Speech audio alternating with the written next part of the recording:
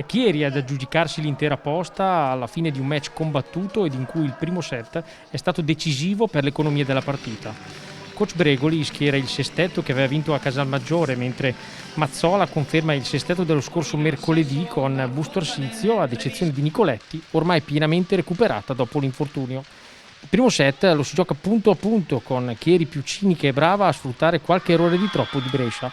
Il secondo e terzo parziale ha visto l'areare mutua Fenera Chieri prendere il largo, con Brescia a cercare di ricucire un gap rivelatosi poi incolmabile. MVP del match Elena Perinelli con 17 punti, seguita da Grobelna con 16. Per Brescia non sono bastati gli 8 palloni messi a terra da Jasper ed i 7 di Zvetnic, nota positiva per Millennium in uscita dalla panchina.